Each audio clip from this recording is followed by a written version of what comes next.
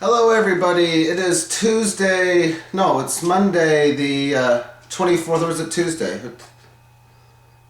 It is Tuesday, Tuesday the 24th of February 2009, and the stock market went up about 3% or change, up 236 points on the Dow Jones Industrial Average. I welcome everyone here on BLOGTV watching this live, and then of course also feed it on YouTube, and there should be a copy of this that will be on BLOGTV later on, I think, but this is the first episode. Alrighty, so Bernanke spoke this morning, and was it ever long? I pretty much watched the entire thing on the background anyway. I was really only focusing on like the first half hour of it, and then I was just having on the background and then looking at different news articles, and of course looking at stocks like I do on most days. And he basically said that there is a reasonable chance that the recession will end, not in 2011, not in 2012, not in 2010, but this year. He said it's a reasonable chance that it will end. Of course, in order for that to do that, that will require the credit markets to operate normally. So what are you going to possibly do to have the credit markets operate normally? Like, I mean, come on, that's, to me, possibly not even possible because of the way the system is, the way that the money system is. That's a problem you can't fix unless you most likely get rid of the problem by just eliminating the dollar, if you will. So he also said too that, he also contradicted himself by saying that there could be more dire situations happening and 2010 will not be a recovery if the banks do not stabilize. So he said both sides. It's almost like saying, or having Obama saying this, may create or save so many jobs, in the sense that he's talking about the saving part. But nonetheless, I don't agree with him going out and saying this. I watched a Don Harold video. For those of you watching on YouTube, I'll put a link in the more info button over there. The video was called The 3 Rules or something like that, and he said something that I referred to on my previous videos, that the stock market is nothing more than a casino, casino gambling. However, unlike a casino, you have to be at least a high roller, of a sense that you just can't play with $200 or $500 like you can at most casinos. However, it is all rigged. They do not tell you that, but it is in fact a casino. You can either win money or you can lose money, but they still keep on telling you that you are investing money in the stock market. But once again, you are gambling like you are playing blackjack, like you are playing a slot machine. However, there is skill involved in beating the game, like say poker for example, but of course in order to do that you pretty much got to know what you're doing, with a lot of discipline and a lot of hard work.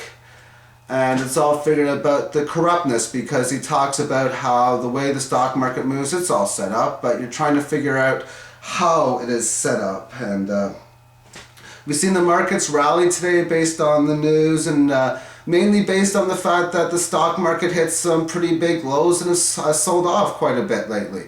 And this rally wasn't a surprise. It seems as if the mainstream media is always going to give us a reason. Always because of this that the markets rallied or sold off, and they'll always make the reasons, but nonetheless, it's always going to go up and it's going to go down. Vision Victory said it very well in a previous video. I think I've heard him 2 or 3 different videos where he said nothing goes straight up or straight down. So we've seen the markets fall from, well, recently the highs on January the 6th, I think they got up to like 9,200, and now the Dow closed today at 73.51, and we've seen around 7,100 already on the Dow. So Will this be a bottom? CNBC is going to be saying it will be here and there, and if it is a bottom, we're talking a bottom for a few weeks, maybe a month, maybe a few months at the most.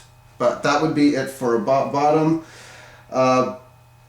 Gerald Celente, I seen a video on the Glenn Beck show from Fox News, and he was saying, first of all, this is going to be an economic 911.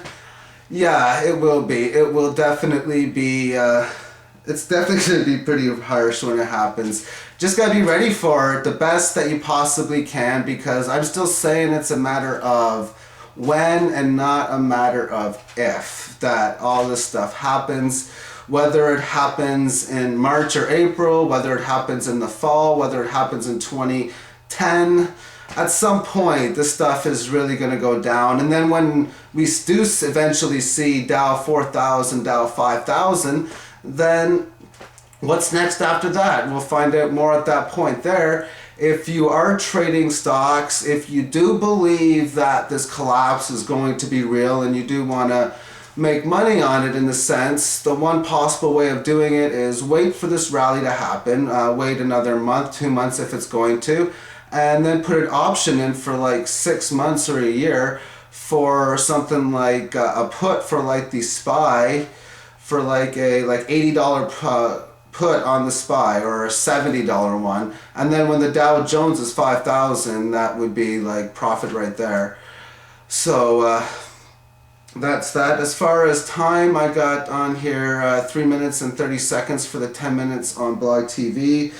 What else do I got on here? They said on Gerald Celente that there's going to be ghost malls, and that's when the broadcast shut off, so I'm going to try to get the full episode later on. I just seen that about an hour or so ago, and yeah, it's going to be ghost malls. It's going to be some. It's tough to be imagined what it's really going to be like when we see the restaurants going down.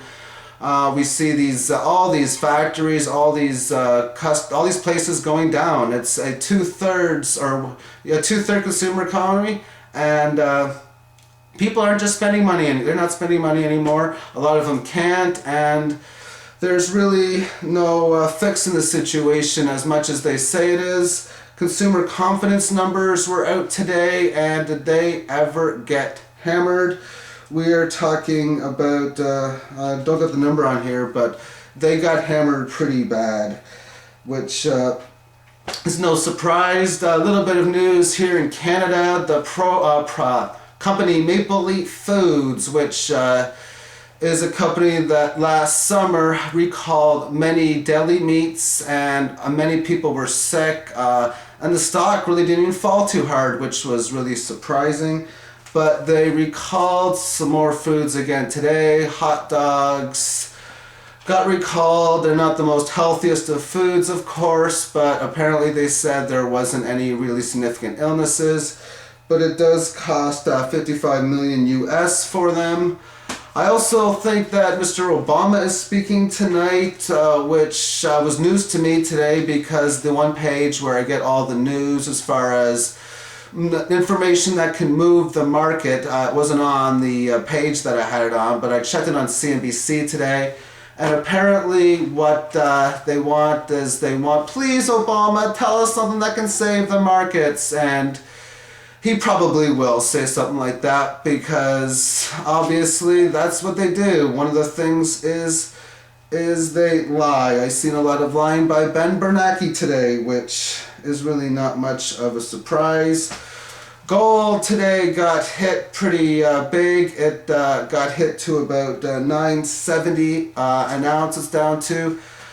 Once again, a little bit of profit taking, and of course the manipulation that the government has. The money went into stocks, so where did it come out of? It went out of gold. The banks bought gold, and the banks then sold gold. That's what trading is all about, trying to figure out what the banks do, and trying to copy what they do in a sense. It's pretty much trading on that. Oil is pretty much back up to $40. This is the end of the blog TV section, but I will continue it on YouTube for a few more minutes. So goodbye everyone from blog TV who's watching the encore.